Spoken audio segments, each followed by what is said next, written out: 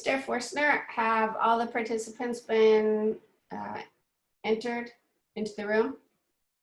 Yes. Right now we got them, and then I'll just, yep, now we got another one. But yeah, I'm sure they'll still be coming in, but you're good now. Yep. Great, thank you. Morning, everybody. I'd like to introduce our board president, Han Yen, and I'm Cheryl Jordan, the superintendent. Good morning, everyone. Good morning, parents, guardians, and students. Thank you for joining us on a Saturday morning. Let me first thank the school leadership, the teachers, the school staff for the continuing non-paid volunteer work during these couple of months, the months that you're supposed to enjoy your summer vacation. To the parents and guardians, I want to assure you that the board, the superintendent, principals, the teachers and school staff working to understand the special needs for your young in the special education program. The current COVID-19 pandemic certainly poses additional challenges to you and to school staff and leadership in providing proper services to our students during this time. The school district has established a variety of subcommittees to come up with the planning for our students, and a tentative plan has been designed. But to perfect that plan, we're inviting you this morning to this meeting to help us identify the issues, particularly for the special education group. Your questions will be answered as time allows, and your concerns and input will be taken into consideration throughout the whole planning process. So thank you again for joining us this morning. Your inputs and questions are highly appreciated.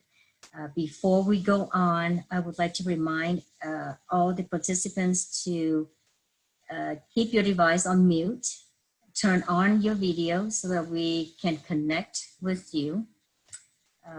We'd like to see your face, not just the name or a telephone number. And if you have a question, down below where the participants, please use the icon that says raise your hand to ask questions and wait for your turn. So now I would like to introduce to you our Vice President, Chris Norwood. Chris. Thank you, Board President Leanne. Good morning, MUSD family, parents, children, caregivers, staff, and community members. As we continue to work towards preparing Milpitas Unified School District for the 2020-2021 school year, I am soberly reminded that our world will never be the same. Things are going to be drastically different for the foreseeable future. And it will be us working together as a community to determine what is going to be the best solution, not only for our community, for ourselves, but most importantly, our future generations, which are our children.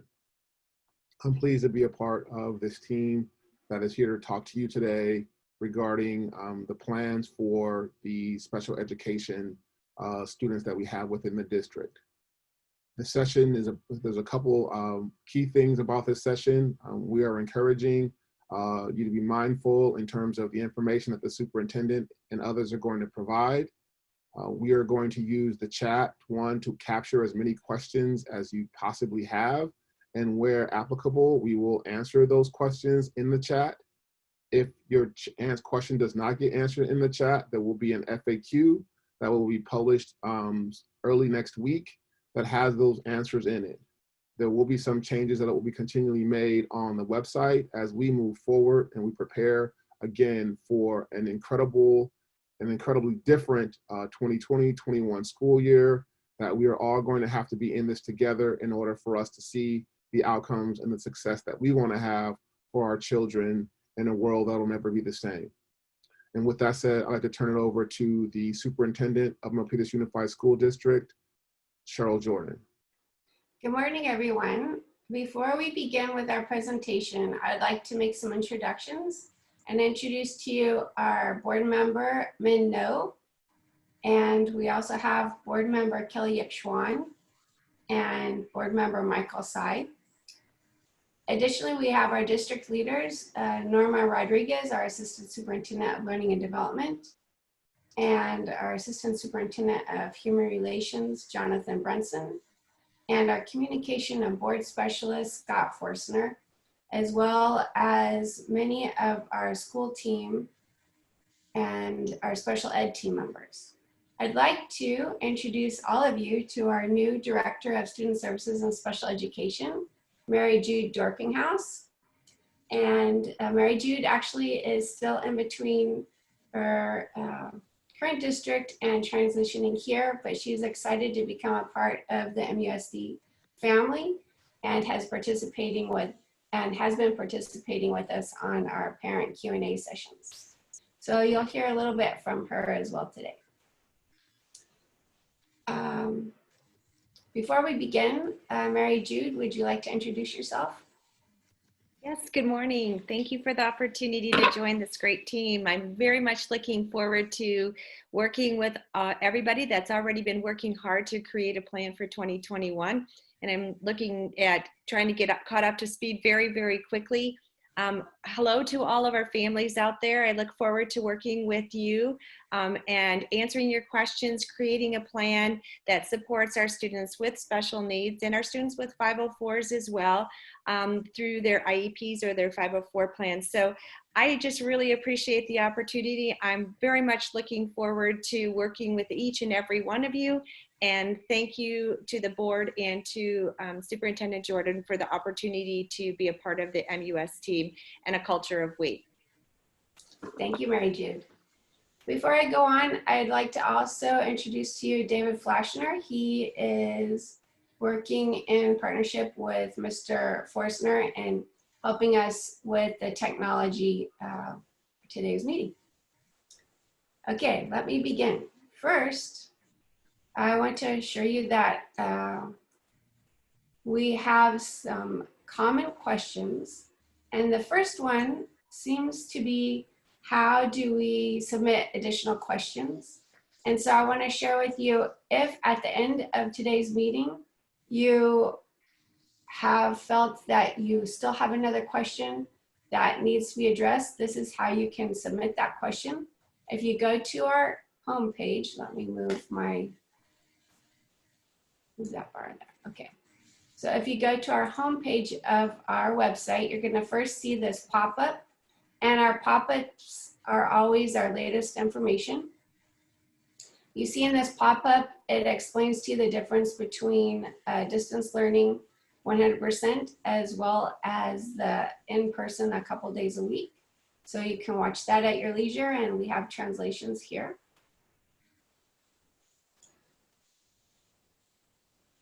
And then if you would like to submit questions, come to the superintendent's page, you click that, and it'll take you here to our superintendent's page, and you scroll down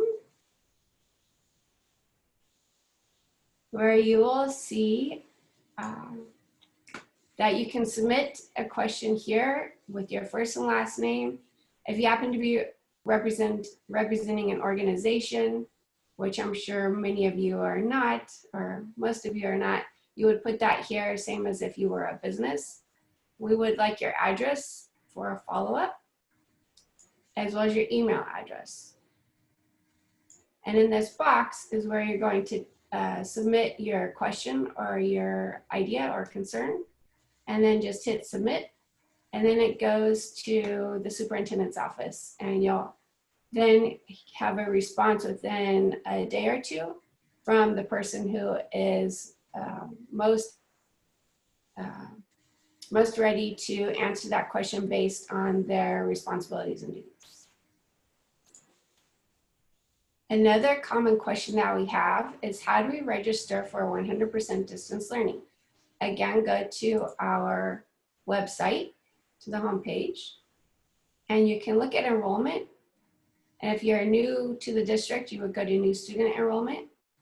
However, for quick and easy access, right underneath the quick links, we have this box. So if you are a current student, a current family, and you would like your child to be in the 100% distance learning, for at least half of the school year, you'll click here.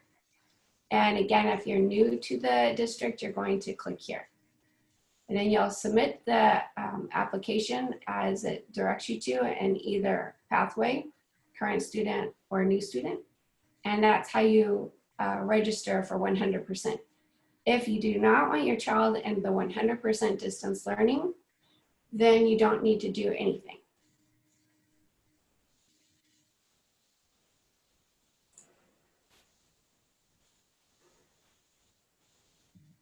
As we gathered over 1,000 different people who responded to these invitations for meetings, and about 450 additional responses of parents who have students who need additional assistance through our special ed services. What I did was I copied and pasted all of those questions into something called a word cloud generator, and it created this word cloud. And what I appreciate is that you could see the words that were most frequently used are learning and students. And then in there, we also have kids, safety, teachers, and school, and change, and virtual, and plans, and then how we get back, and hybrid. So you see what's top of mind for people this way. Okay, we've grouped the questions into common areas. So the first area is safety. And safety is number one. We want to make sure that the conditions for all of our students, our learners, as well as all of our team members are safe. And so before I launch into the answers, I want to point out that something very special about Milpitas Unified is that we really are living our strategic goal number one, which is a culture of we. And I know that other school districts have started to post their plans, but you're going to see that our plan won't come out in detail until August 3rd when we have our special board meeting. And the reason for that is because we really want to make sure that we have all voices who have contributed to the development of the plan, either because of conversations that we had in our small parent groups throughout the spring, or the many surveys that we sent out to parents and students and team members during the spring with over 6,000 responses.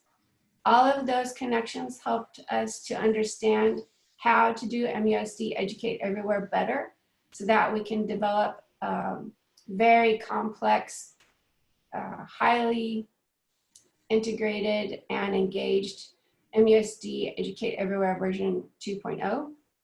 Additionally, we have what's called our MUSD Advisory Task Force that's made up of district leaders, including our association leaders and teachers, certificated, classified, such as secretaries, custodians, paraprofessionals.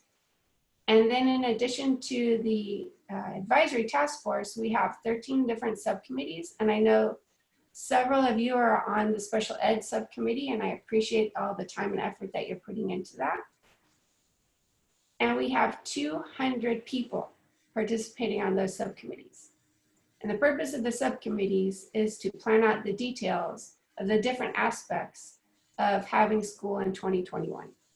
So I'm very proud of that. And again, I thank all of you for your input, and also for those of you who are dedicating many hours this in the months of June and July to help us in planning. I appreciate that time that you're giving.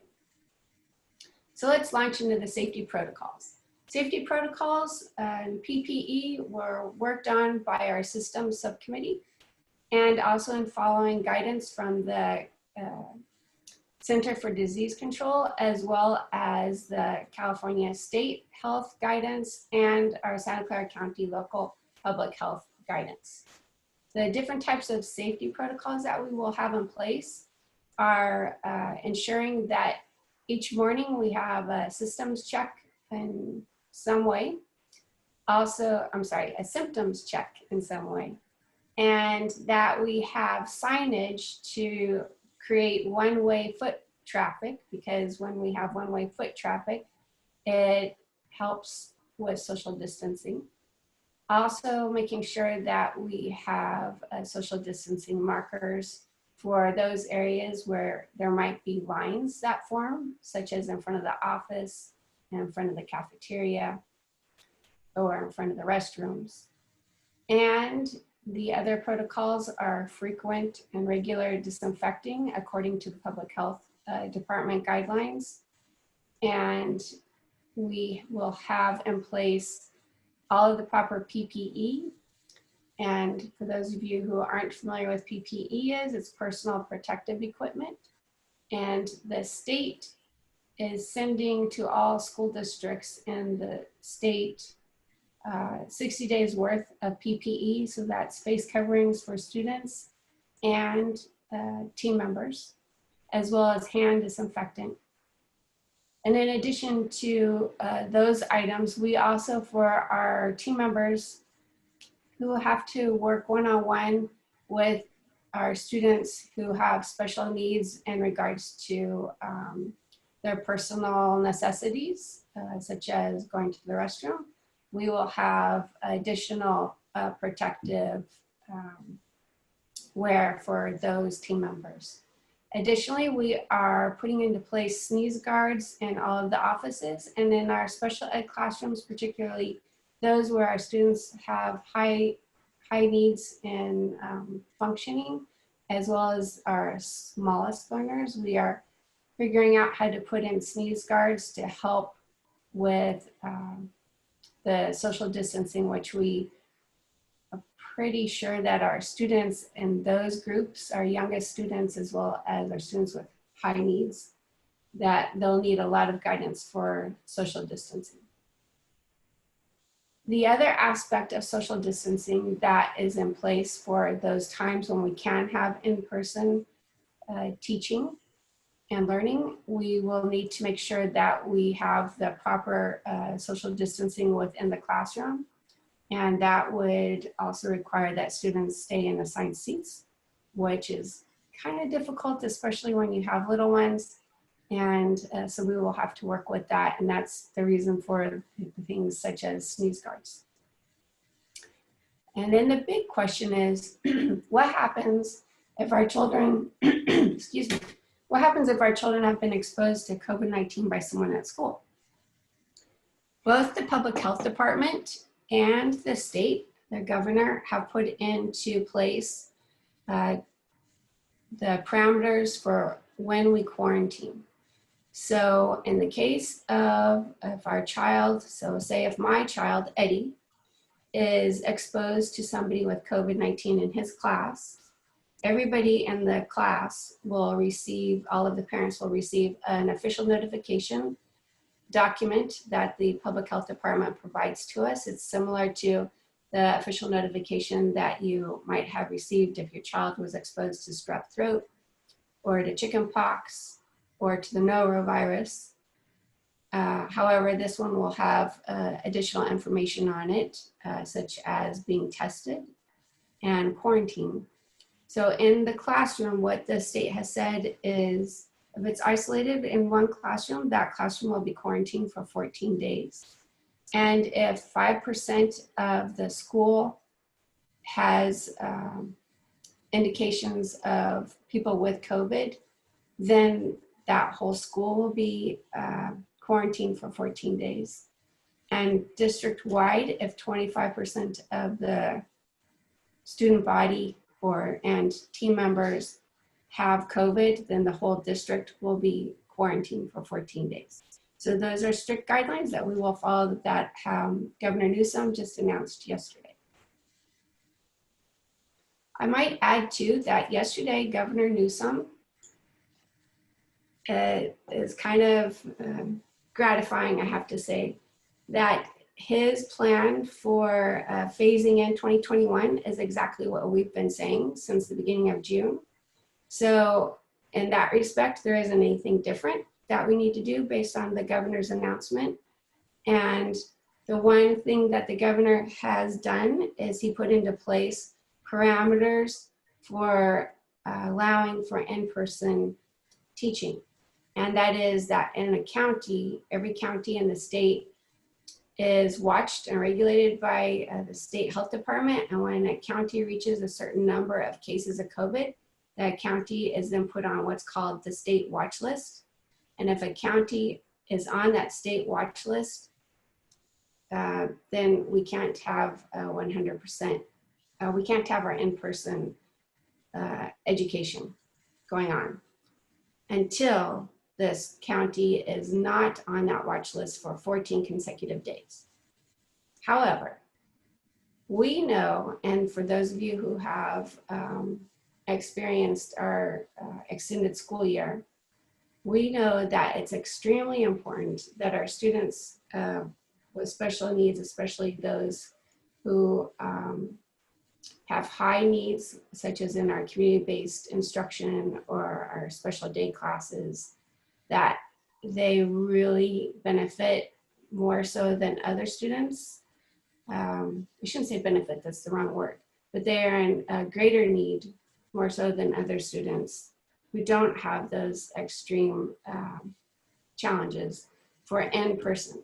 So I want to assure you that we will be working with our staff and also with the local public county health department to allow for some in-person as soon as we can ensure that we have the safety protocols in place and that we have the approval from the public health department in conjunction with our associations and our board. So at this point in time, that is probably the biggest change that the governor's announcement created for us, is the circumstances that we need to ensure safety and that we have to consult with our parents, our associations, our board, and we have to have approval from the local public health department. Registration and enrollment. At the beginning, I shared with you how to do 100% distance learning registration, if that is what you would like to have for your child. And there are questions about, what if my child is in 100%? Does my child lose his spot in his homeschool? Well, for our special ed programs, it's a little different than the general ed programs because your child's homeschool in some respect is determined by your child's special ed needs. And so you can pretty much be guaranteed that your spot will not be lost if you decide to come back at the semester into an in-person hybrid. And I have to also make sure that everybody understands that until there's a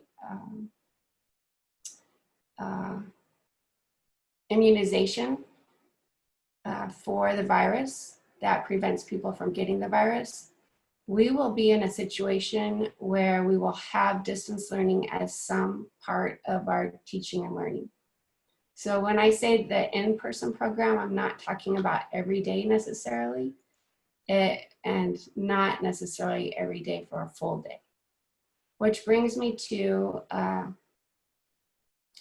schedules and attendance. Each grade level of students has to be in minimum minutes each day of a combination of live instruction by the teacher, as well as the work assignments, reading, and projects that students do. So for those who are in the lower grades, TK and K, it's 180 minutes.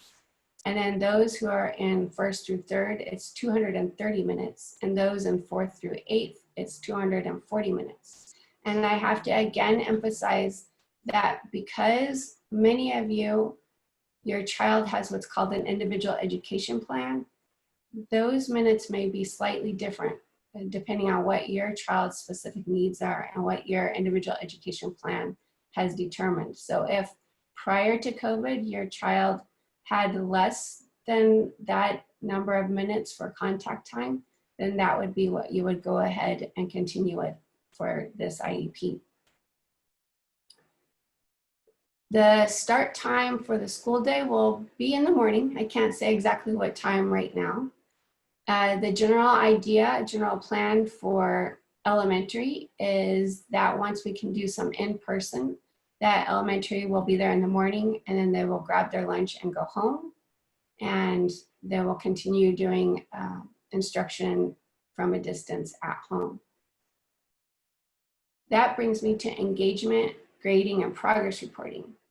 We learned a lot from the spring, the experience that we as team members, we as teachers, and our learners had when we literally jumped into 100% distance learning with only 3 days of preparation. And it was really difficult for all of us. We know that. And we know from the experience that there are some pieces that need to be in place. And one is daily attendance. The other is ensuring that our students are engaged. Another is to have daily contact with the teacher. And whether that's with the teacher having live, just like we're doing right now, synchronous instruction, and being able to talk to all of the students and see what the students are doing on the screen. And if that student is not there that day, then the teacher needs to either call or email in some way to make sure that they contact that student. We also know that it's important for our parents to have regular progress updates. And so we are looking at how we can provide our parents with regular progress updates, whether that's through our learning management system or through Aries for the secondary, where Aries has our grades. And yes, we will be doing grades this spring. We will have, this fall, we will have the report cards for secondary with grades and grade point averages. And again, I have to give you the caveat that because your child is receiving special ed services, based on what the individual education plan says for that student's progress reporting, that's what we will need to follow. And then finally, the other piece is we need to make sure that all of our students are engaged, and we need to document each week that the students are engaged. And the documentation could look like students turning in their assignments. It could be the teacher documenting an assessment that the teacher had in a small group or one-on-one with the child. That every week, some sort of documentation of student engagement has to be in place. And if we find that students are not engaged, then we have to fall back to a tiered engagement plan. A tiered engagement plan means that starting with the lowest level, the teacher, at the base level, the teacher tries to re-engage that student. And if the teacher is not successful, then it would go to another level, ultimately until we get to tier 3, where there are some more interventions that come in play to ensure that every student is engaged. Is there a red slash on there, on the microphone? Mr. Forstner, could you take care of that person? President Lien, did you want to interject anything about schedules and attendance or the grading and progress reporting?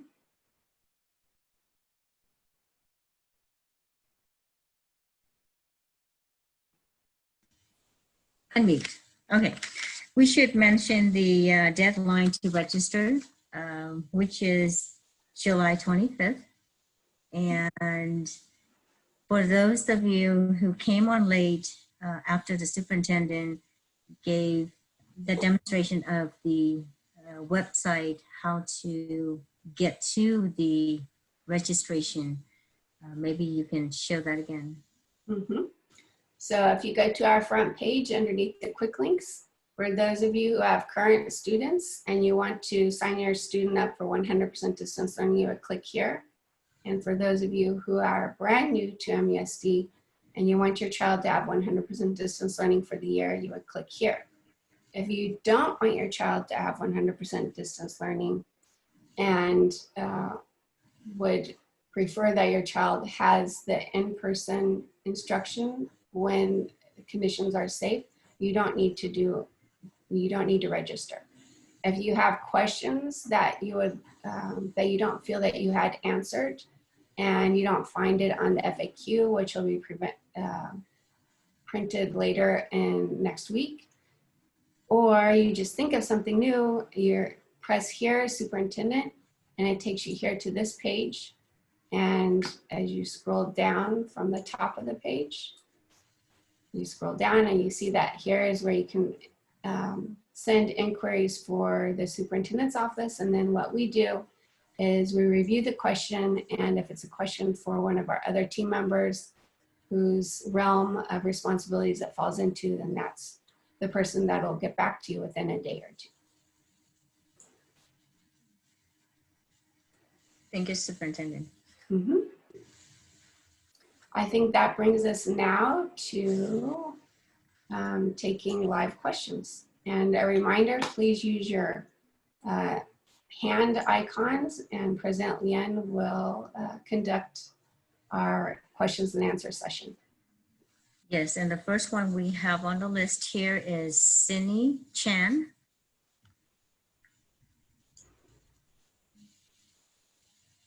Cindy, go ahead and ask your question.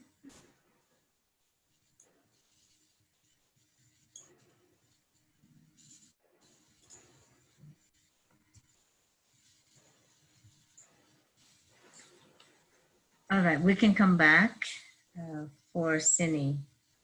Stephanie Graves. Hi, thank you guys for arranging this. Mine's really not a question. I just kind of wanted to let everybody know that Milpitas Unified did start last year a special education PTA. And so we will be having our board meeting next week to set up our association meetings.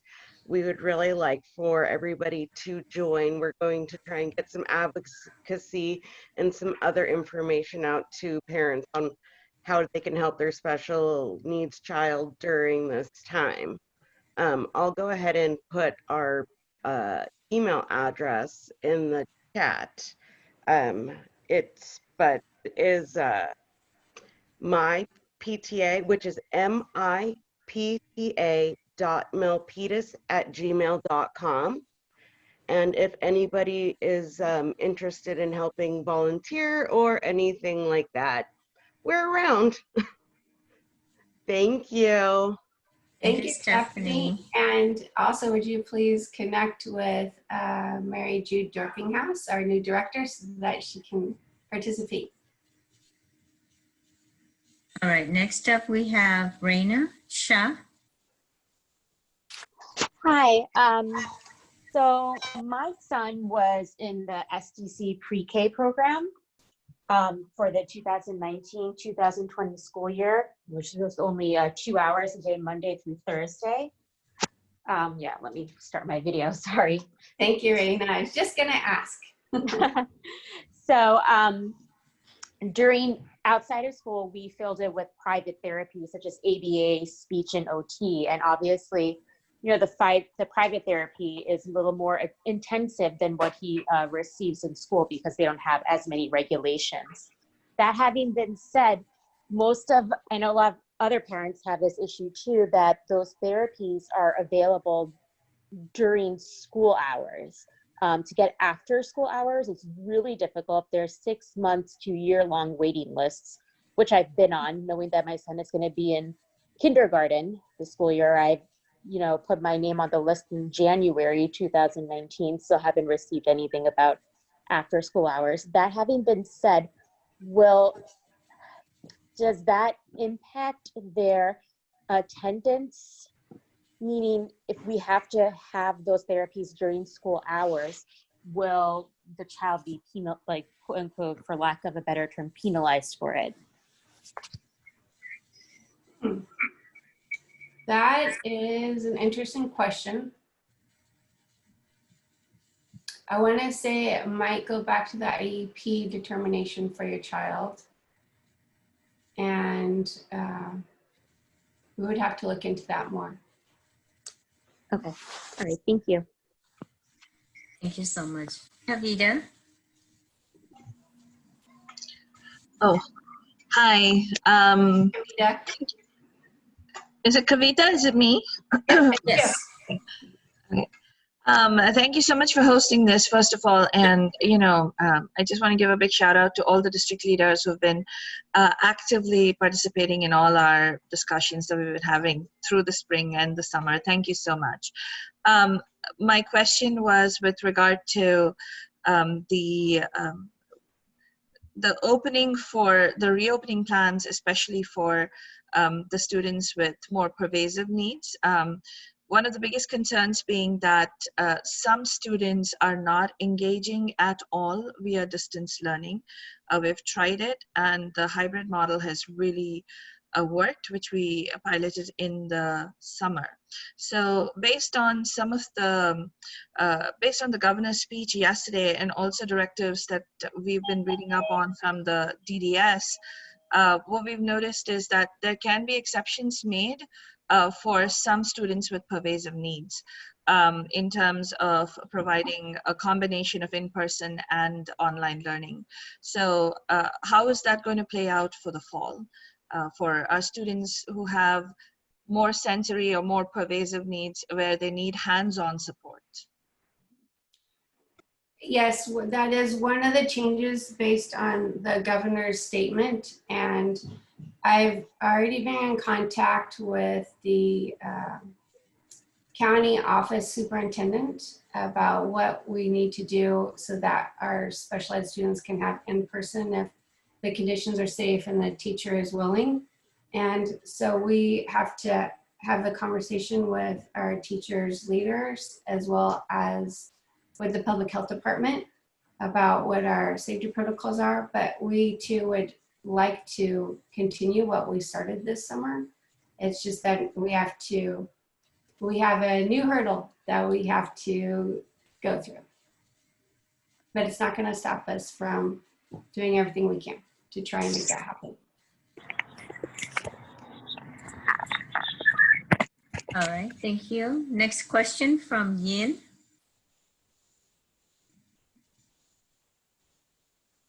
Hello. Yes. This is A. I just have a question regarding the distance learning registration. It's just a one-time opportunity, or for example, in the middle of the school year, actually, can parents change idea? Change idea from 100% distance learning to in-person when the parent feel more comfortable? For general education, no, they would have to wait till December. However, again, because special ed is a little different, you would need to ask for an IEP, I believe, and we could work on things as a case-by-case situation. Can I ask one more question? Mm-hmm. Yeah, Yes. because my son actually IEP is supposed to be done in May because this is his 3 years reevaluation. Because of this school closure, it's delayed. So it will be I think usual time is September. But because this is like reevaluation, possibly teacher have to do some tests, everything. I'm not sure whether they can do it right now because I think most IEP is just like this kind of distance like meeting. And this is my question is basically, so if this kind of reevaluation is not completed, so we just follow the previous IEP, or is there anything guideline? Is there any other guidelines?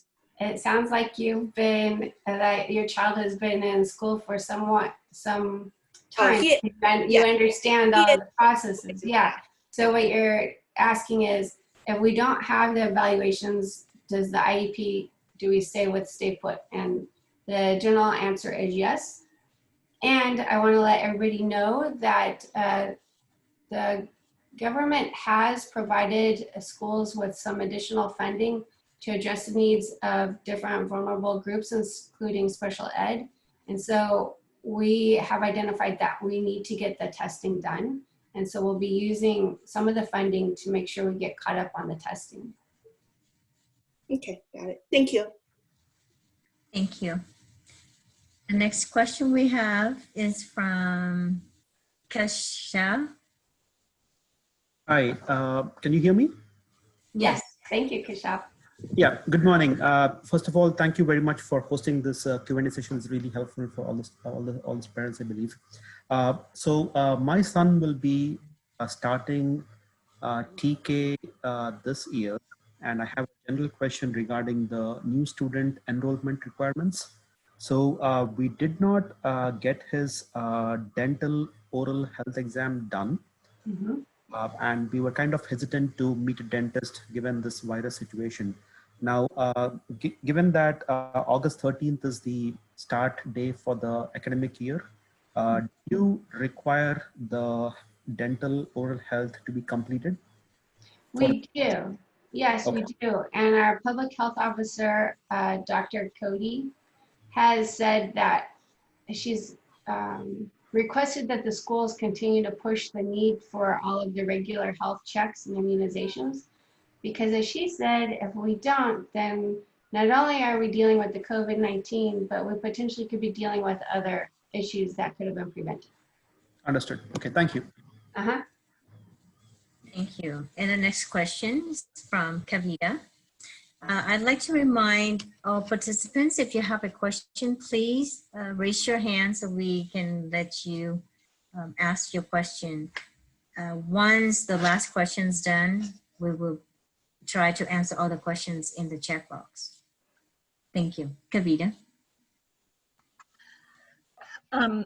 This question is more about the IEP goals that are going to be met through a virtual setting.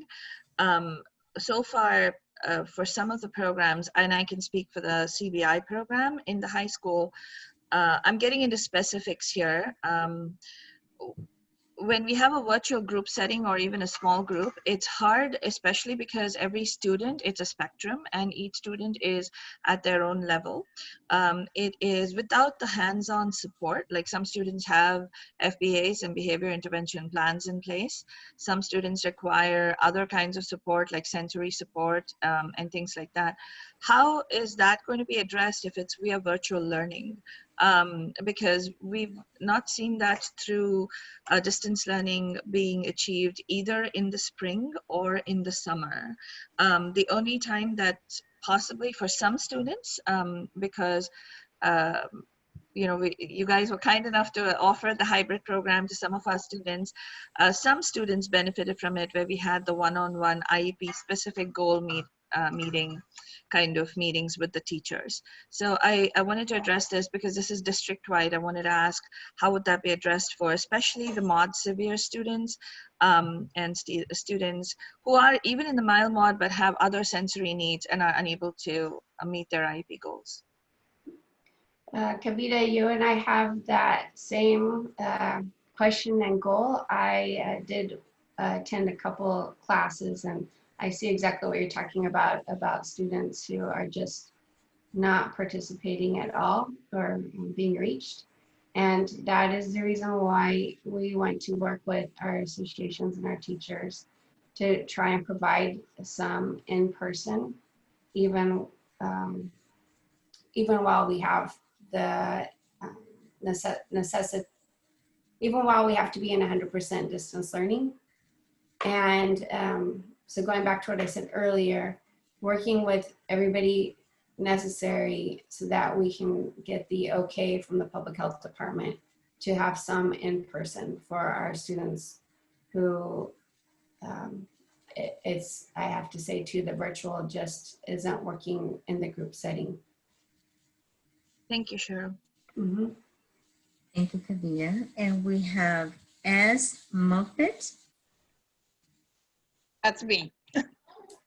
Hi. Hi. Sorry. That's okay.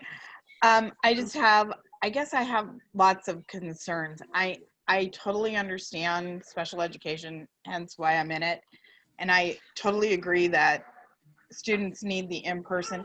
However, I need to ensure, I guess, the safety of the staff as well. And I want to make sure that we have that set in place before we make commitments. And I guess I bring them all into my little world of, I really want to make sure we're safe, because again, we don't know what is coming into a classroom and what is leaving a classroom. We have to protect every single person involved in this. And that's where one of my concerns is regarding the in-person. And I totally, Kavita, don't get me wrong, I totally understand this. Superintendent Jordan, President Lee, I get it, but I also want to feel safe for myself.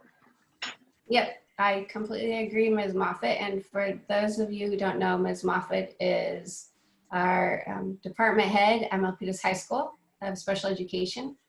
And yes, all of the safety parameters need to be in place, which is what we will have to demonstrate to the public health department for teachers who feel safe enough with the safety measures that are in place for that particular classroom before we can go forward. Superintendent Jordan, may I interject? Yes. Mm-hmm. Thank you, everyone, we've been at this for almost 45 minutes or maybe 49 minutes now or so. There's been a lot of information shared, some additional anxiety created on all sides, the parents, the staff, and in some instances, children that are listening. One of the things that I shared in my opening comments is that the world is not going to be the same for the foreseeable future. The way that we live is not going to be the same for the foreseeable future. And if that is causing additional anxiety or things that you are concerned about, it should, because it's a reality. So there are questions about there are questions about, you know, what about this in our IEP? What about that in our IEP? What about a number of different things? This is moving very fast. You have hundreds of people that are dedicating their own personal and private time on the district side to prepare. They understand the challenges of students with special needs to the best of their ability based on their time in the industry. I'm hopeful as we continue this conversation that the questions are one, directed in a way that we can all learn and we can all start working towards figuring out ways that we're going to create solutions for each other. There are some IEP needs that are not going to be able to be met based on distance. The governor and the county has given us requirements on what it will take for us to be able to start school physically in person. I will add this to the conversation. The city of Milpitas has approximately 85% of the employees in the city come from other places. So while we can control a lot of what we do by wearing masks, social distancing, and following those protocols, we were going to need the entire community to support that so that we may be able to reach the governor requirements in order for us to be able to bring our kids back on campus. So one of the first things that I can personally ask, and I'm sure the district and our educators and unions want to say, is take care of the basics. If teaching your children, those that can wear masks, how to wear a mask and be comfortable with it. Because when we do get back to the in-person, and then there is a case or something like that happens, then we go into quarantine. And then everybody goes back to distance learning in order to learn that way. So not only do we want to be able to come back to school in person with our special needs students, but we want them to be safe. We want them to be prepared so that our staff will be able to provide a continuous learning environment for them. Thank you. Thank you, Vice President Norwood. And I think I'd like to add that part of anxiety can be a little bit relieved when we have connection with each other and trying to figure out how to do that connection virtually. And I'm looking now that I don't have the presentation screen up. I'm looking and I have 6 slides, and the very first one is the only one where I see just about everybody's face. After that, I just see a bunch of names. And so could I ask everybody to wave to each other with their videos on so we can see everybody?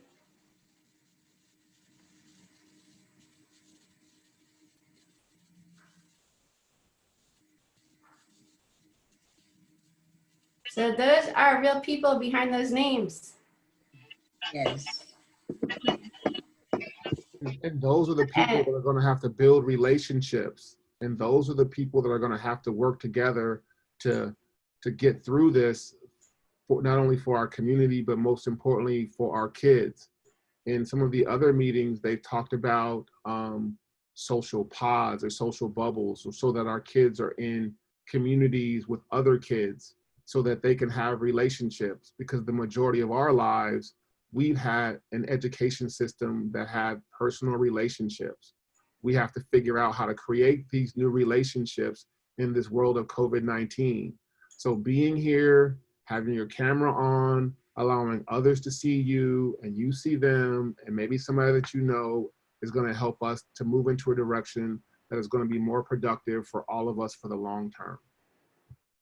Yes. Thank you. All right, thank you. We're moving on to the next question from Eileen.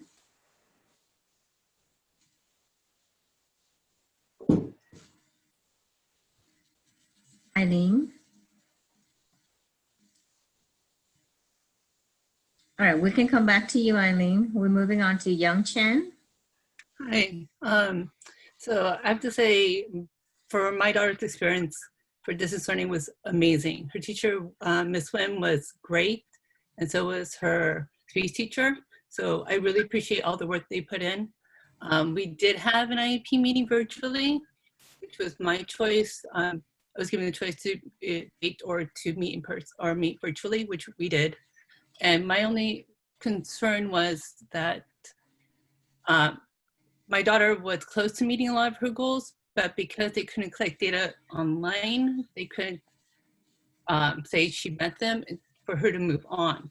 So in the fall, for those goals that they can get over online, will they be doing that, or do we have to wait until they meet in person for that data to be collected and be considered valid for the IEP? Mary Jude, in general, do you have anything about how the data is collected for meeting the IEP goals if we have to do virtual? Yes. So was it Young? Is that right? Yeah. Hi, Young. So there are different ways that you can collect the data, and it depends specifically on what the goals are. Some of the goals are challenging because they were written under a specific context, perhaps saying, you know, during recess time, you know, student will do X, Y, or Z. And I think those are a little bit challenging to demonstrate that progress was made or not made. I do think in terms of general goals, well, in terms of that goal, let me go back to that one. In terms of that goal, it is possible that there might be information from the prior to the shelter in place that could be used to look at that. And if and when we are able to go back into any kind of model that we might be able to gather that data. In general, there are different ways and platforms that can be used to gather progress for other goals through distance learning. And that's something that we were exploring in my current district to see how we can do that. So I do think that, at least from my personal experience, we were all launched into this very, very quickly in the spring. And so everybody was navigating very fast to figure out how we do this.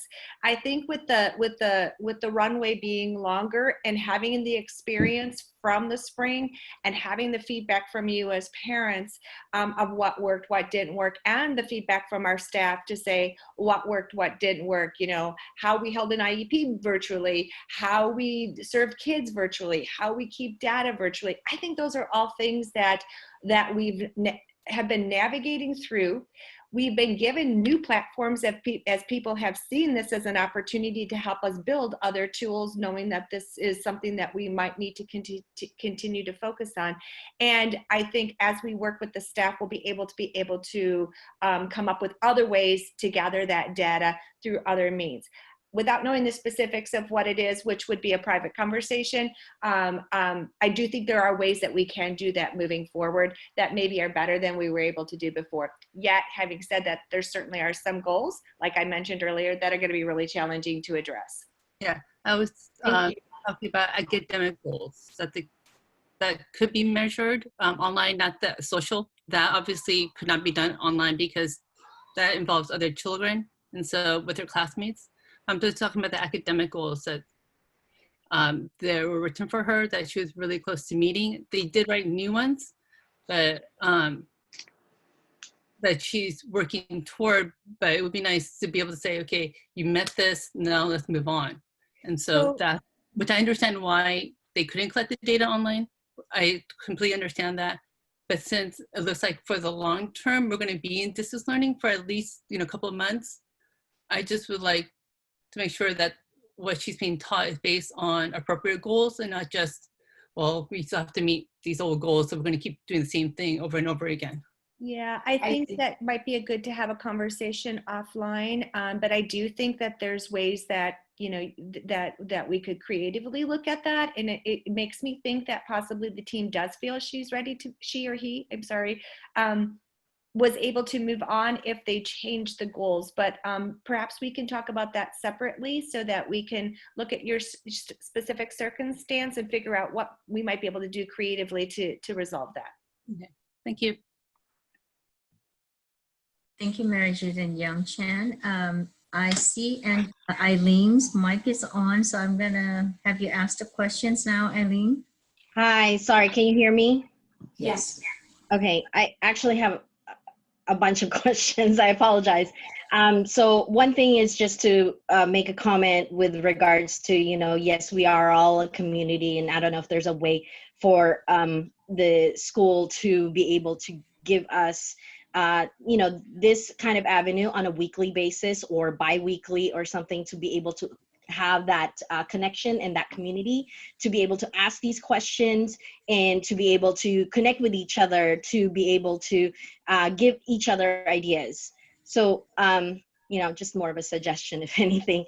Yeah, I love that suggestion. What you're describing is creating a parent-to-parent network.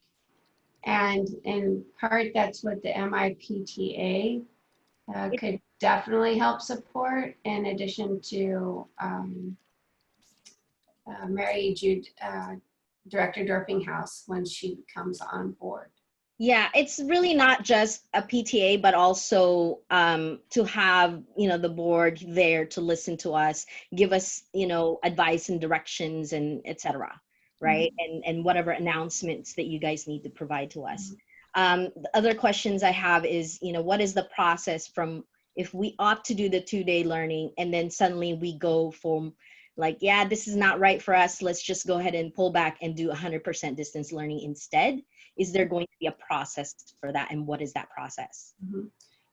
Again, because we're in special ed world here this morning, it's not the same for general ed. So you would, on a case-by-case basis with your child's teacher who oversees your child's case, you would determine that together with the IEP. Okay. Is there going to be testing requirements for the children or teachers or staff before they come to the 2-day school? That is something else that the governor discussed yesterday in his live stream announcement. And he said that there will be testing at all school districts for school team members, and that the state will have a dedicated contact tracing team assigned to educators. Okay. So it won't be required for students, but educators will definitely have regular testing. It's not to where it sounds like you're asking, or is everybody required to have a test before they come back to in-person? And the answer is not necessarily.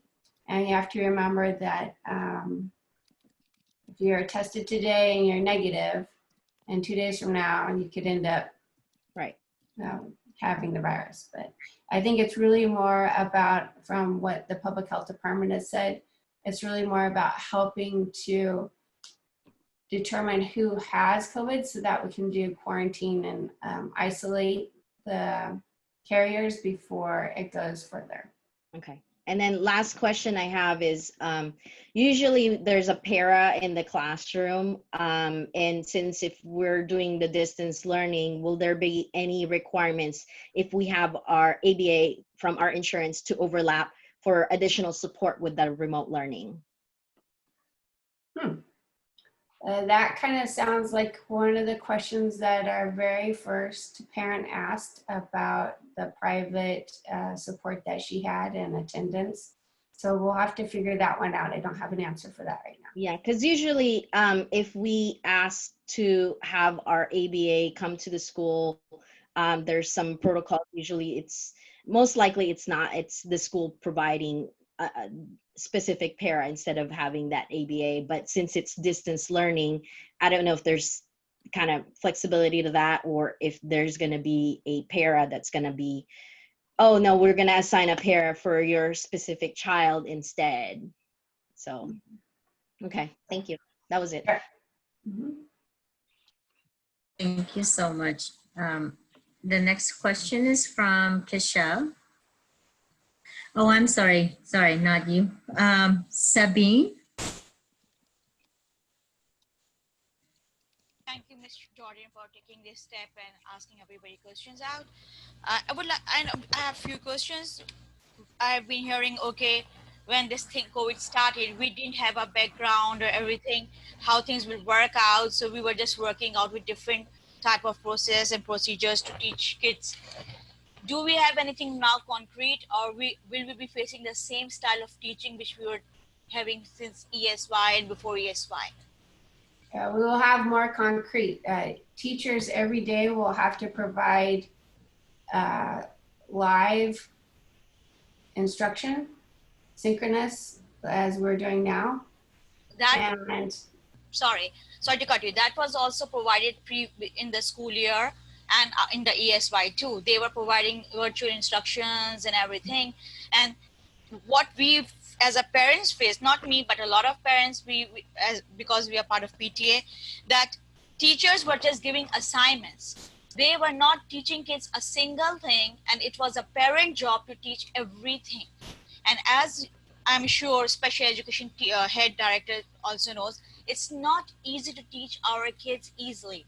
They do not listen to us, or we as a parents don't know, to be very frank, how to teach them, because we are not trained specifically for that thing. And it was a nightmare, at least for me, because I have twin boys and both of them were going left and right, and they have two different sort of things going on. One is high functioning, the other was in a medium thing. One wants to study, the other one doesn't want to study. And and the teacher in that whole scenario was not helping at all. They were giving us assessment and things go print it out. Please go and print this out and do the assignment. Please go print it out and do the assignment. How will I teach my child subtraction, addition? The teachers were just giving us, oh, please do this chapter number 9, which is subtraction. Did you teach my child subtraction? No. Did you teach my child how to write sentences? No. Did you teach them conceptualization of listening to a story and then writing about that story?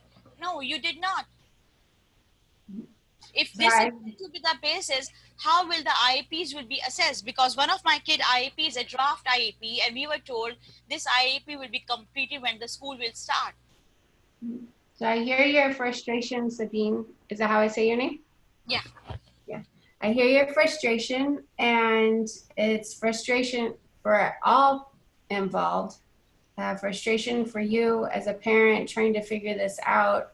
And it sounds like you definitely had a big challenge with both of your children having special needs, and feeling that you were just left with to fend for yourself. It sounds like that's what your feeling was.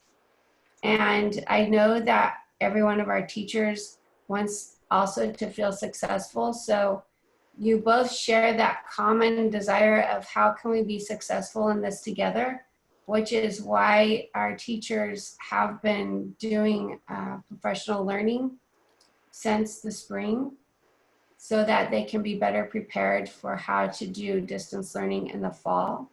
It's also why we're having more requirements around what has to happen daily with the instruction.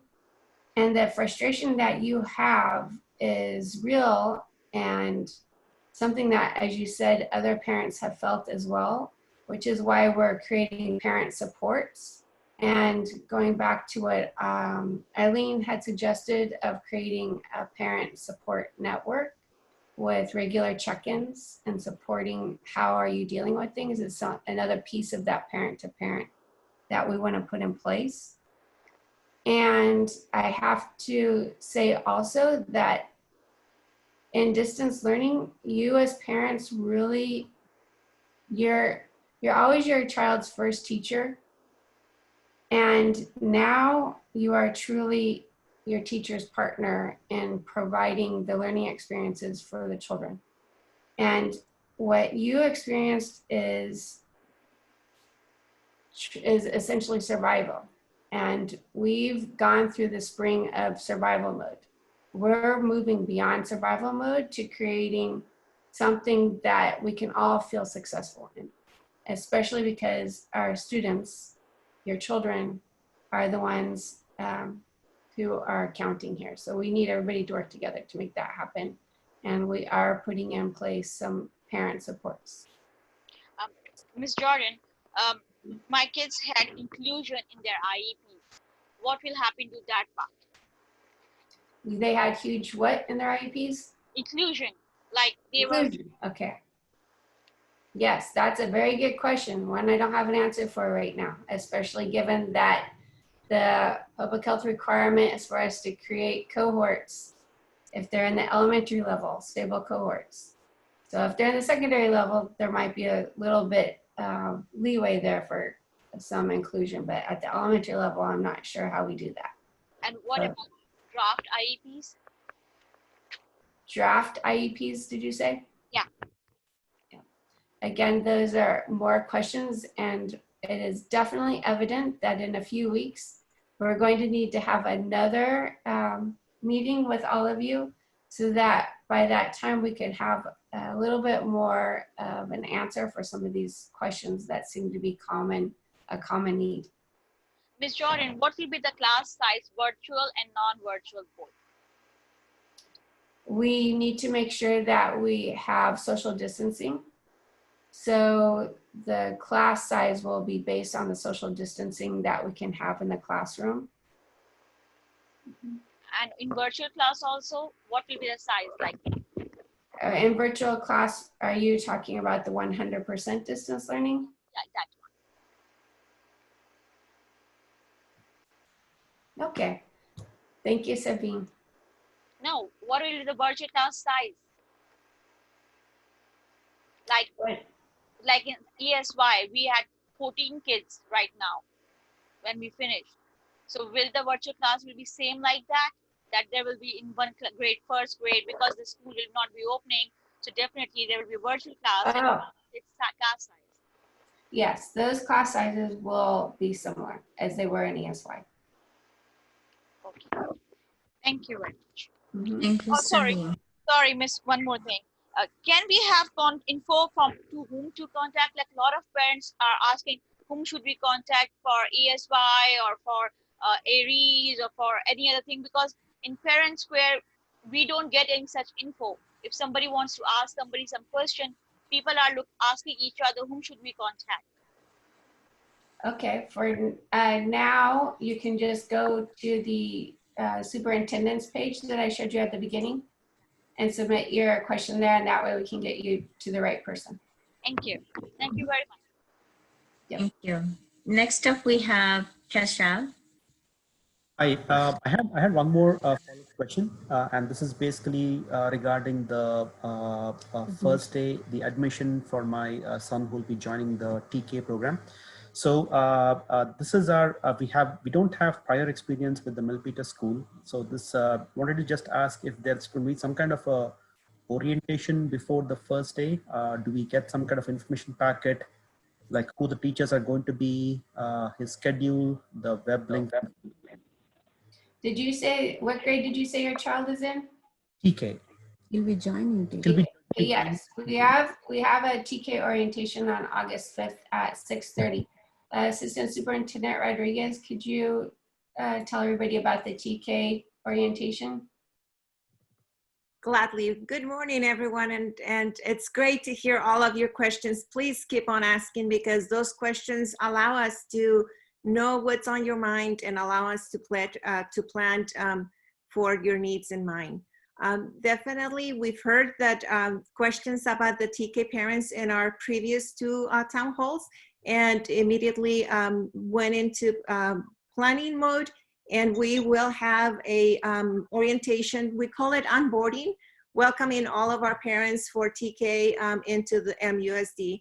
And the flyers are on our website, posted on our website, as well as the parent link for you to join on the Zoom. It's going to be August 5th, where we're going to have teachers there present. You're gonna get to meet the teachers and have a welcoming social.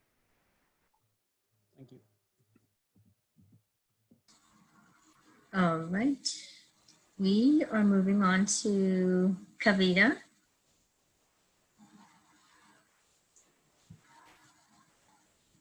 Hi, I had a comment, and I also had, sorry, I don't want to hijack this, but I wanted to ask one more question. One comment was to kind of support what Superintendent Jordan was saying, and also to address what Sabine asked with regard to how parents who are feeling overwhelmed with teaching children at home.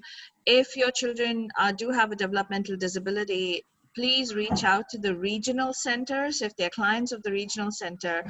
At this time during COVID, the governor has allocated more money to the regional centers through the Lanterman Act for regional centers to be able to provide respite care or additional respite care at this time. And that would definitely come in handy. If I can send the information to Superintendent Jordan or to Mr. Norwood, and they can disseminate to your group, to the group. If this is something that definitely has helped us to an extent, where it takes the edge off and you do have somebody to support you additionally during this time. There's something called respite as well as personal assistance. Just wanted to add that so parents are not feeling as overwhelmed, because you also have to work. So there is that option. So that's what I want to share. And then the second question that I had was with regard to the students who are in preschool. One of our families, their child is in preschool and is coming into Milpitas Unified School District. They've transitioned out from the Early Start program, which is with the regional center, and they've been asked to reach out to the school district, and they haven't received a response yet. So wanted to ask, and the child has been diagnosed as being on the autism spectrum, and she needs to get an IEP in place. So how would that work for those students, and when does, who do they contact? How will that work? Again, have them put their question on the superintendent's page, and then we can direct them to the right person to help. All right, great. Thank you. And the reason I say that is because Director Dorpinghouse is in between transitioning from her current district to us. So if you put it on your questions on the superintendent's page, then we can make sure that we get help to you. So just to follow up to that, Superintendent Jordan, is there going to be preschool also that's going to be virtual for the special? I mean, I know Milpitas is moving the inclusive way, which is great. So how is preschool going to start for? Preschool will also start distance learning unless the students are already in the childcare mode. Right. Thank you. Angela? Hello. Hi, good morning. This may be a specific question to like middle school and high school. Last year when my child did online schooling, each teacher had different platforms, different websites they went to, which is difficult when it's in-person learning, but you have a teacher there that's familiar with it that can guide the child. My child's in special education, but they chose to keep her in regular class and just do push-ins and pull-outs.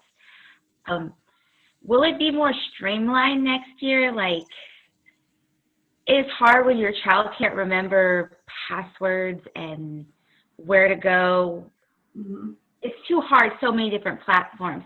Will it be more unified next year in the learning platform, where it's like you go to one thing and be directed? I don't know if that's the right way to ask it. Yes. A lot of things we just didn't do because my darling just couldn't figure it out, and we couldn't either because we don't get exposed to it. Yep, I know. I think I know what you're asking. So are you asking, will there be one learning management system that is commonly used so that you don't have to figure out something for all of the different teachers? Yes, we use, oh my gosh, I can't think of it now. I'm so sorry. Summit. But some teachers didn't use Summit. Some teachers have to use Summit. Some use only Summit for grades and Aries for something else. PE used something else. There was different platforms to turn things in, and it was just too hard. It's hard enough in class with the teacher going, okay, hit this button, now hit this button, now hit this button. And I mean, I'm sorry, I just don't, yeah, it was difficult. I was just wondering if it would be more standardized next year.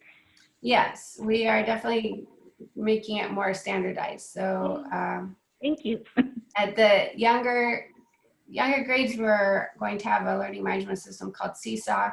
The older grades, Google Classroom, and Summit. I'm pretty sure that Summit fits in with Google Classroom. Assistant Superintendent Norma Rodriguez, could you, is Summit, it is connected with Google Classroom, correct? Summit is connected with Google Classroom. That is correct. Yes, we used that. It just, there were a lot of accessory things that were a bit more difficult to turn things in on. Cheryl, could you briefly share what's going on this summer in terms of what the district has done, starting with the COVID-19 task force and the subcommittee? So in terms of, because we have been sharing how things are going to be different this school year, but can you give a little bit of a background of why you believe that's going to be the case?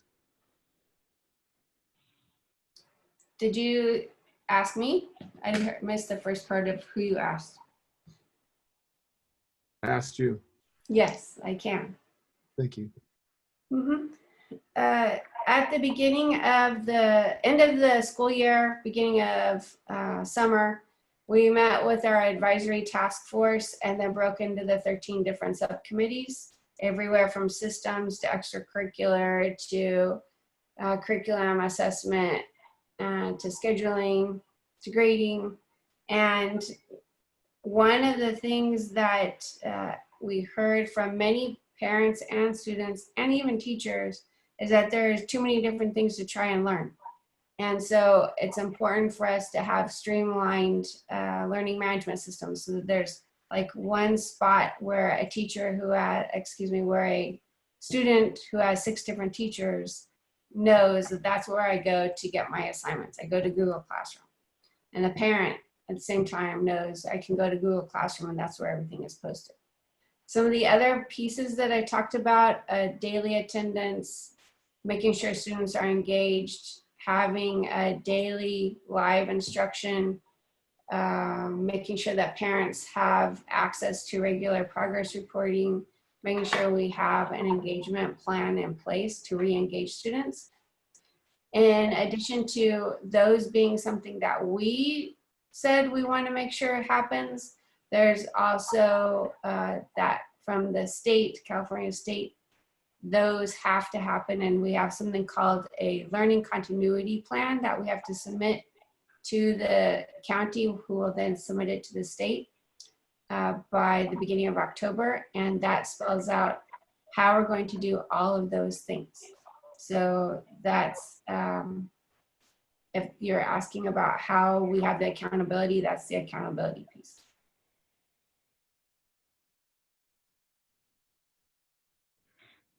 All right. I saw Sri was waving his hand. Sri, did you have a question? Yes. Can you hear me? Yes. Yes. Wonderful. First of all, yeah, thanks for arranging this meeting. Helps us ask relevant questions and helps us understand what's going to happen. But my question was, you off at the beginning of the meeting, you did mention there is an option to choose 100% distance learning, and people who don't want distance learning don't need to choose anything. But I do understand we will have some distance learning, even if there is a hybrid model. And my question is maybe specific to my kid, but my kid does not want to look at the screen at all whatsoever. Of course, I've discussed this with the teacher. He's very helpful in a sense. He also says, don't force a kid who does not want to, look at a screen and learn, because that would, go on a negative trend, and she may not participate at all, or she may start hating the whole idea of learning. So he has been very helpful that way. But my concern is, if that is what is going to happen, and she does not learn practically because she does not, look at the screen, and she walks away from the screen, what kind of progress can I make? There is no behavioral support, and if the behavior support also happens to be online, I can't benefit much from it. And if and ultimately, how would her progress even be graded? Is where I am worried about. I mean, she may not gain anything because she's going to lose out on all the distance learning. And how, bottom line is, yeah, how am I going to see any progress in her? And again, I know you may not have answers for it right now, but this is a concern I have, and I'm hoping before the school year starts, there will be an option for parents like us and students like my kid who can't benefit from distance learning. So what options can be provided for kids specifically who cannot benefit from this? And I understand in-person has its own, problems. I mean, people have to feel safe and things like that. So we are left in between, neither here nor there. And I'm hoping you have, or not you have, you will have answers before the school starts, specifically for kids like mine. And what grade is your child in? Mine is actually, she's a CBI student, so in high school. Okay. So a re-engagement plan for our students for whom the screen seems to be an aversion is what it sounds like you're describing. That is correct. And of course, I mean, she's a little bit older kid. I can kind of force her and make her sit in front of a computer and say, stare at the screen. And on top of it, not only stare and learn, which is a second level of problem, if you will. Yeah. Yeah. Okay. Thank you. Thank you for the question. It is now 10:30. We have 4 more parents who have questions. Superintendent and staff, can we just have all these questions answered before we call that off for the meeting? Yes. All right, great. Jose Dominguez is next. Hi. Good morning. Good morning. My name is. Good morning. I'm with Jose. I have a question. I would like to know if there is a way that teachers could assist, or we could get any assistance on how to support our child at home. I'm new to this special ed. I just got my IEP in March when everything happened and we had to go into distance learning.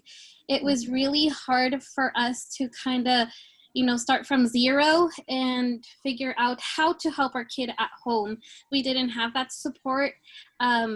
We we went online, we asked other teachers on how, you know, we could show and support our kid at home. So I was wondering if there's anything that could be provided from the school to show us how to teach our kid how to, you know, start reading, or how to put, you know, words together. Just any additional support that we could help, but just how other parents had expressed, our son is good some days online where he wants to be seen, some days he doesn't want to. So getting him to engage into the distance learning sometimes has its struggles, but as parents, we want to be able to support our kid at home, and maybe, you know, having those tools on where do I even start to help him and support him in that way. Because I'm not a teacher, and I really appreciate everything the teachers do and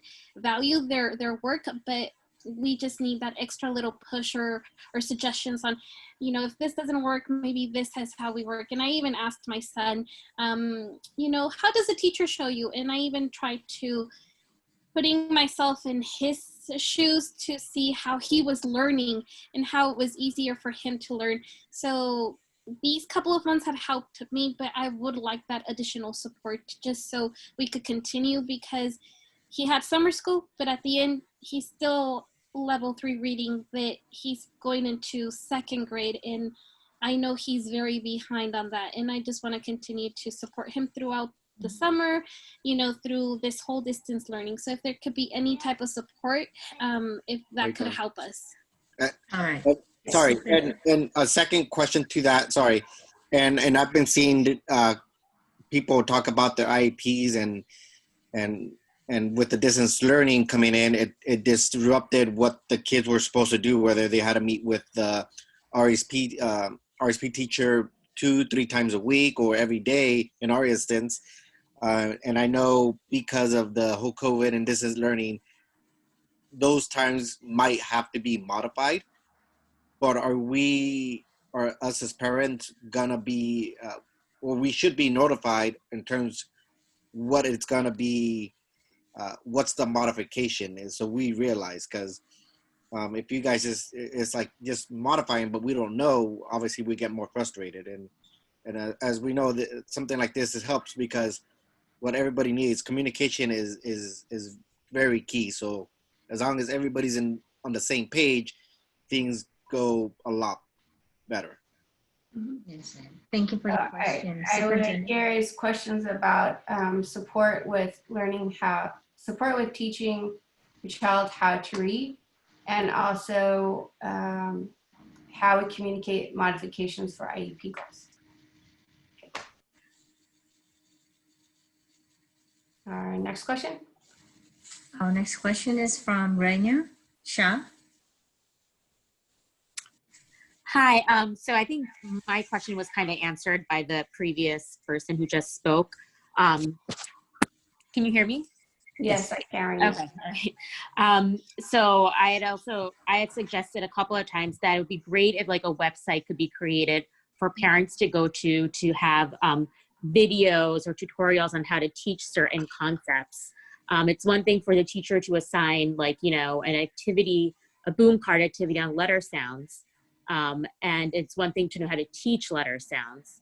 So like, I know that a lot of parents are having difficulty on how to teach the concept, not just get the child to complete the activity, but how to teach the concept. So I think that would be really beneficial. And then also, I know that, you know, the whole COVID thing happened suddenly and we had to get, you know, plans all together. And I really commend all the teachers for, you know, doing the best that they could. But one thing that was kind of frustrating is that 2 weeks into when we all went to virtual learning, I had to go to the teacher and ask the teacher, can you assign activities based on my child's goals? Because if like, my child was in preschool, so if the theme of the week was, I don't know, like ocean animals, anybody can go on Google and print out a different coloring pages on ocean animals. Like, I want to make sure that my child is getting activities based on his goals. And then after I asked for it, then the teacher came back and she gave me activities for each goal. But from speaking with other parents of students in the classroom, they did not know that they could do that, and they did not know that that was a requirement that they get activities based on their goals. So it'd be great if every buddy could, I guess, like kind of be on the same page in that respect. So it sounds similar to what we had just talked about, is having a parent regular communication session where we're learning these tips from each other as well as from our teachers. And then also you talked about a place where we could go to have additional resources. This is our page on NUSD Educate Everywhere. And we have a tab here for students with exceptional needs. So we already have a framework that we can build on to add in more of the suggestions that you have made. And so that would be an easy thing for us to begin to do, is putting in videos to help assist with, to add to what we have here already. And we would be able to gather common needs based on those regular meetings that we would have with you. Does that sound good? Yeah, that would be great. President Leanne, I know that we're running long on time, so I want to be mindful of that. But also thank you, Superintendent Jordan, for bringing up this page that we have on the website. I guess what I'd like to know or see by show of hands, how many people were aware they had access to this page on the website? How many folks know about this page?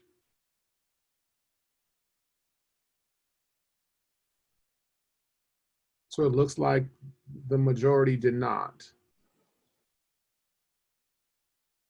Okay, so our communication channel and making people aware of the resources that, that have been created, because from the summer sessions that we had with several parents about asking for videos and wellness and stuff like that, this website has been continually updated, but we have been updating our parents and families to know that this exists. Yep. There's also a question I'm kind of skipping the queue on. Satish, are you there somewhere?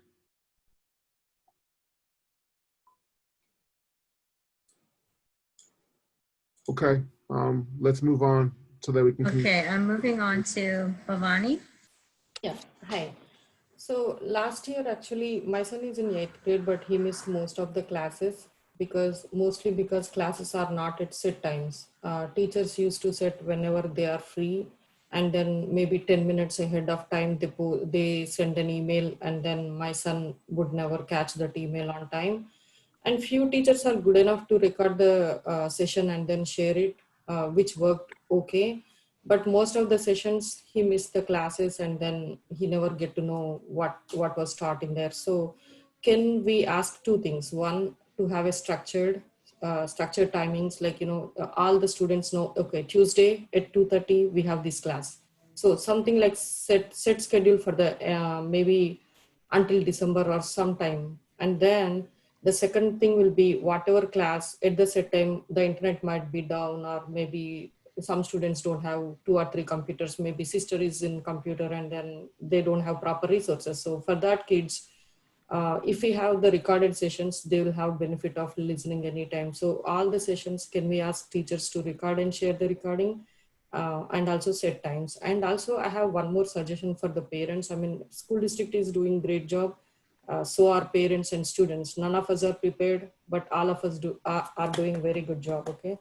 And what I want to suggest is, like, we formed a 3-member group, like students, we are like 3 students. One teacher, I chose volunteered science because I like science. And my friend chose math, and then another friend chose English.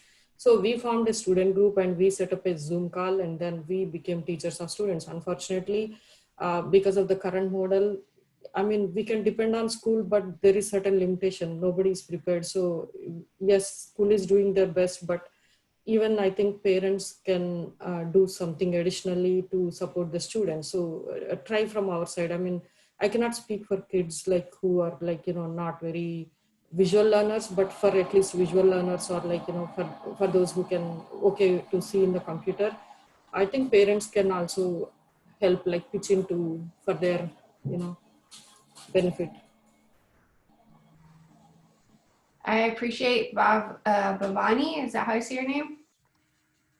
I Yeah, appreciate that's all right. of those suggestions that you provided about how parents can partner with us with some of their own skills in providing other parents and students with support around different content area. And again, it just speaks to the need for us to really become a community where we can provide information to each other, where we can have better understanding, and where parents and teachers can support each other in creating the best possible learning environments for our students given the situation that we're in. Because the only way we're going to have the best outcomes is if we're working together. And so I appreciate all of you being here today, and we will have continued meetings such as this. And one format that we had in another parent group is every other Thursday, the group would get together, and the first half hour was check-in with school staff, and then the second half hour was parents on their own forming their own network groups and looking at what they wanted to do for their students together.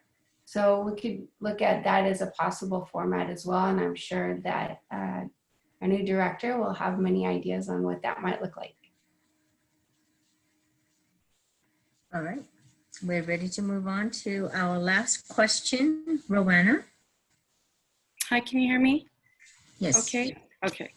Sorry about that. Thank you again for allowing this platform for our parents. I know we are in unprecedented times. I'm echoing a lot of, so my question now has just been acknowledgement, because I'm echoing what a lot of parents have been asking about providing tools to us. I guess my question around the platform, is it going to be the consistency across teaching will be Google Classroom? So I wanted to confirm that. And I've seen some of the comments in the chat from some parents that there are some teachers that are not either trained or equipped. So it's more of a question, are we going to continue to reinforce training for the teachers, because we're looking to them to be the experts? And then two, while many of us were in Silicon Valley, we're probably, or not all of us, but most of us are probably adept to these tools, would request that, the parents, the teachers become the experts, and then parents have training as well. Because if we are going to be 100% distance learning for the unforeseeable future, we do have, as parents, have to supplement and in some cases, be the primary teacher in this case. And I guess those are my questions and suggestions, and would ask as that each teachers probably develop their own engagement model in terms of roles and responsibilities between their role, the parents, and maybe paras as support to conduct. There's a lot of questions on how are we going to supplement when we've got kids that can't even do distance learning. But this is what we're going to have to potentially use as the primary form for learning. And thinking of the roles and responsibilities for each key stakeholder that supplements our child's education and journey, because everybody plays a key role. And including not just the teachers, but including the paras, including the social groups for the kids that are in the mod to severe type of classrooms. So sorry, that's a lot. It's a lot of questions, but it's also suggestions. And that's what I would like to see. If we're gonna see that, clear platforms, be the teachers be experts in these platforms, train the parents have defined roles and responsibilities so that we can continue to support our children's education to the best that we can during this unprecedented time. Yes, Rowena, thank you. You did sum up a lot of the discussion and very, well, I'll say this. First, let me let you know that the state, again, has provided some funding so that we continue the staff development around becoming better at distance instruction, distance teaching and learning. And what I was beginning to say is at the beginning of the meeting, we talked about our strategic goal of a culture of we, and we have other strategic goals around academic, social, emotional support, creative ways of ensuring that we have the best learning experiences, as well as improved communication. And because communication is always something that we can improve on. And then also making sure that we have pathways for students in realizing their best selves and personalizing their learning. So everything that you described captures all of the strategic goals. And you talked about engagement models with parents and teachers, because as you and also somebody a couple questions before you pointed out, that you are the partner in the children's education, truly hands-on partners. And so to your point of, as our teachers become more proficient and adept at using the common platforms, Google Classroom for the upper grades and Seesaw or Google Classroom for the lower primary grades, they will be able to figure out how they can better support you at home in the home learning environment. So we will do all of this together. So thank you. All right, that was our last question.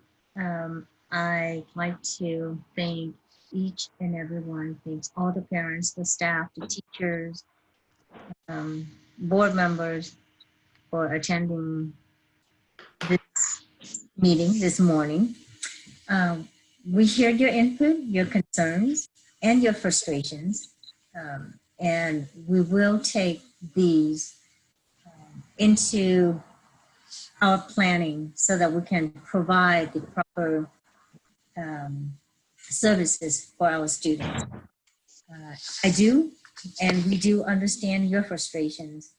So during this time, we will work together. We are in this together, so sure that we will have a plan and we will come up with a plan incorporating all the inputs from this morning's meeting to make sure that we have the proper services for our students. Again, thanks Superintendent. Welcome Mary Ju to our district. Thanks all the board members, teachers, staff, parents, and students. Thank you, President. And again, I want to point out to everybody that we have paraprofessionals, secretary, assistant principals, principals, and teachers, and the president of our teachers union, Ms. Diana Orlando, on this meeting. So they are hearing, and this is a Saturday morning. School is not even in session. And I point this out to you because I want you to know that we are really honestly in this together and our actions are speaking that. So thank you again. Thank you all. Have a great weekend. Thank you much. Thank Bye-bye. you. Bye. Thank you. Bye. Thank you. Bye. Thank you, everybody. Thank you. Have a good week. Thank you.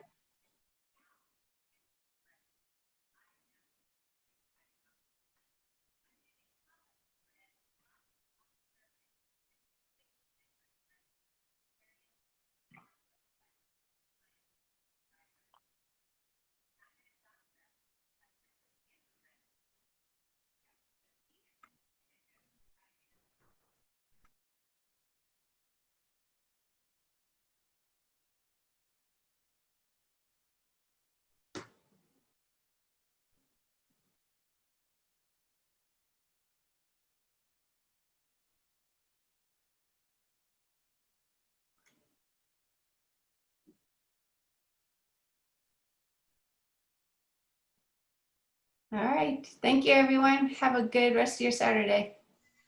Have a good weekend. Bye-bye. All right. And thank you, Mary Jude, for being with us. Welcome to the family. Thank you. My pleasure. It was great. Appreciate the invite. Yeah. Everybody. Thank you. you, Thank all you, Scott leadership, and for David. making this happen. Thank you so much. You.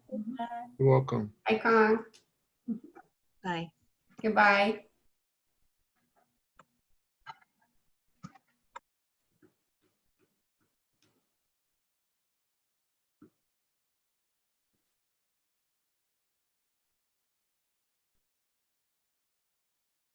All right. Goodbye, everybody. All right. Thank you. Great job, everybody. Great job. Thank you, Scott. Thank you, David. Thank you.